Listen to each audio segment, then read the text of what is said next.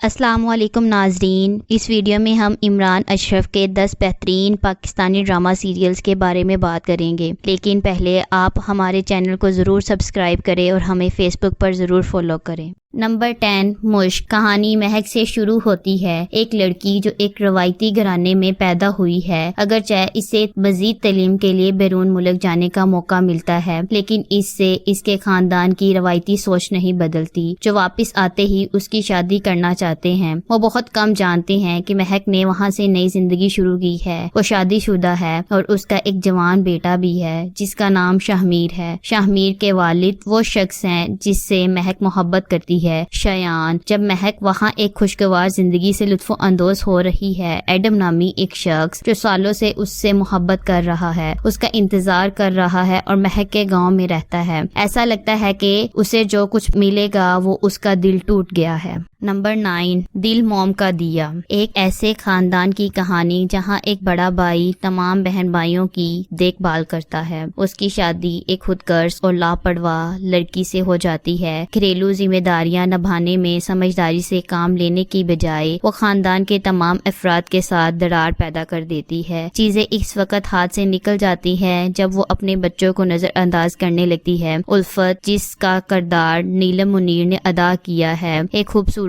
اور نوجوان لیکن ایک خود پسند لڑکی ہے جو کسی کی پرواہ نہیں کرتی۔ افضل، یاسر نواز نے اپنے والد کے انتقال کے بعد اپنے بہن بھائیوں کی تمام ذمہ داریاں سنبھال لی ہیں۔ الفت کے بیمار والد اپنی بیٹی کی شادی افضل سے کروانا چاہتے ہیں۔ وہ اپنے والد کی آخری درخواست کو قبول کرتی ہے لیکن اس کے بارے میں بہت ہنگامہ کرتی ہے۔ تمکینات، جس کا کردار ہیرا سلمان نے ادا کیا ہے، الفت کی سمجھدار کزن ہے جو ایک اسکول ٹیچر کے طور پر کام کرتی ہے۔ اظہر، جس کا کردار عمران اشرف نے ادا کیا ہے، افضل کا چھوٹا بھائی ہے جو اس کی مدد کر رہا ہے اور زندگی میں سیٹل ہونے کی کوشش کر رہا ہے۔ نمبر 8، انکار یونیورسٹی کی ایک بہادر طالبہ ہاجرہ کی حالت زار اور مصائب کے گرد گھومتی ہے۔ طاقتور اور بدعنوان اپوزیشن کے خلاف اس کی جنگ اور ناقص نظام انصاف ایک بار ایک توانا اور سماجی طور پر متحرک شخص ہاجرہ خوفزدہ اور الگ ہو گئی ہے۔ کیا نہیں کہنے سے اسے اپنی جان لگ جائے گی یا وہ اپنی لڑائی لڑنے کی طاقت دوبارہ حاصل کر لے گی۔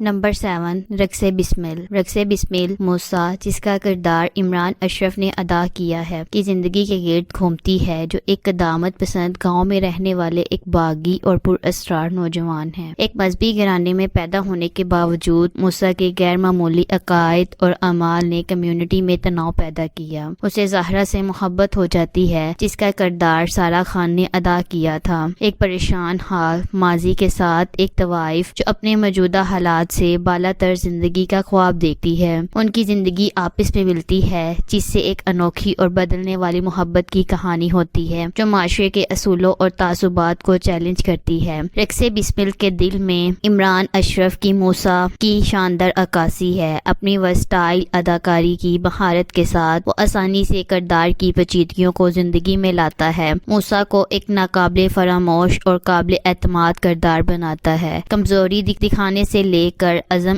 ظاہر کرنے تک عمران اشرف کی کارکردگی ڈرامے کو نئی بلندیوں تک لے جاتی ہے۔ نمبر 6، مرہم، ایک پیار کا نغمہ۔ ڈرامہ سیریل صوفی اعظم کی کہانی کے گرد گھومتا ہے۔ ڈرامے کی مرکزی کاسٹ میں عمران اشرف اور اشنا شاہ ہیں۔ نمبر 5، ہیر دا ہیرو کی کہانی اور اسکرپٹ عمار خان نے تحریر کیا ہے۔ ہیر دا ہیرو کی کہانی پرانے لاہور میں ترتیب دی گئی ہے اور بنیادی پلاٹ لائن سیاسی حریفوں، جٹوں اور بٹوں کے رنگین گھرانوں کو نمایاں کرتی ہے۔ اس محلے کی حرکیات کو جس منفرد انداز میں پیش کیا گیا ہے اس سے ناظرین حیران ہیں۔ بنانے والے نے بڑی چالاکی سے برصغیر کی 2 مقبول پنجابی برادریوں کے گرد بیانیہ ترتیب دیا ہے۔ دلوں کو جیتنے والے تفریحی عنصر کے علاوہ ایک لطیف پیغام رسانی ہے جسے اسکرپٹ اور کردار بہت آسانی سے بغیر کسی تبدیل کے اس پر عمل کرتے ہیں۔ Number 4 Chaudhry and sons. Chaudhry and sons ایک 2022 کی پاکستانی رومانی family comedy drama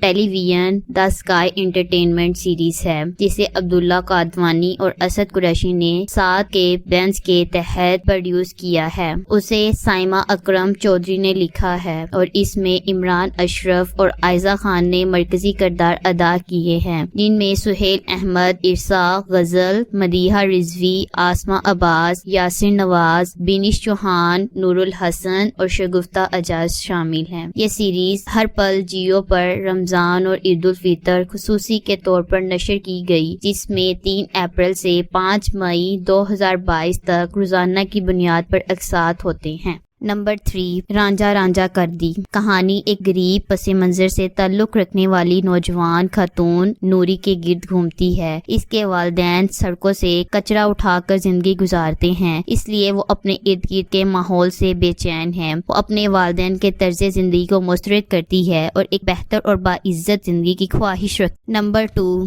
بدذات. بدذات Pakistani star plus کے ڈرامے کے برابر ہے. ایسے زہریلے کردار ہیں جن میں اچھی خاصی پکار بھی ہے. ہمارا مرد لیڈر ولی عمران اشرف پہچانتا ہے کہ انابیہ عروہ حسین اس سے خوفزدہ ہے اور یہ عجیب بات ہے کہ اسے اس سے پیار ہو گیا ہے. وہ اسے دھونس دے کر اور اسے اپنے کام کرنے پر مجبور کر کے اپنی محبت کا اظہار کرتا ہے. یہ سب پہلے تو بہت ہی عجیب اور ناگوار ہے. جیسے جیسے شو آگے بڑھتا ہے ہمیں ولی کا نرم پہلو نظر آنے لگتا ہے اور جب کہ کوئی یقینی طور پر اپنی اخلاقیات کے احساس دوچار ہو سکتا ہے اور سوال کر سکتا ہے کہ کیا اس طرح کے رومانس کو جڑ سے اخاڑ پھینکنا مناسب ہے. جب ایسا کرنے کا وقت آتا ہے تو ولی خود کو ہر طرح سے باوقار آدمی ثابت کرتا. جب دانیال علی عباس انابیہ کو تنگ کرتا ہے تو ولی وہ ہوتا ہے جو تبادلے کا گواہ ہوتا ہے اور انابیہ کو شکاری سے بچاتا ہے. دانیال ایک ایسا شخص ہے جس کی پہلے ہی ہدا زہرا عامر سے منگنی ہو چکی ہے اور وہ اس سے محبت کرنے کا دعویٰ کرتا ہے، لیکن وہ انابیہ کی شکل میں ایک سائیڈ چک بھی رکھنا چاہتا ہے. ولی کی اپنی ماں کے ترک کرنے اور بہن کے پیشے کی وجہ سے خواتین کے بارے میں کوئی مضبوط رائے نہیں ہے. نمبر 1 نمک حرام. پیچیدہ خصوصیت نے یقینی طور پر مشغولیت کی شرح میں حصہ لیا. ہر کردار پر اسراریت کی چمک پیدا کرتا ہے اور ناظرین کو ان کے بارے میں مزید جاننے کی خواہش چھوڑ دیتا ہے. مرکزی کردار مرید ایک منفرد طور پر پریشان مرکزی کردار ہے. سطح پر وہ ایک چوکس دائیں ہاتھ والے آدمی کے طور پر ظاہر ہوتا ہے، لیکن اندر سے وہ اپنے خاندان کو اس ظالم خاندان کے ہاتھوں کھو جانے کے غم سے نڈھال ہے جس کی حفاظت کے لیے وہ مجبور ہے. یہ تقسیم اس کے کردار کو انتہائی دلکش بنا دیتی ہے، تاہم اس کے پاس اتنی وسیع پرتیں ہیں کہ اعمال کی پیش گوئی کرنا تقریباً ناممکن ہے. یہ کم از کم مایوس کن نہیں ہے کیونکہ اگرچہ اس کا پتہ لگانا مشکل ہے، اس کے پاس ہر وقت ہر چیز قابو میں رہتی ہے. ہر حرکت کا حساب اور پیمائش کی جاتی ہے ان سالوں سے بات کرتے ہوئے جو اس نے اپنا انتقام لینے کے لیے وقف کیے ہیں.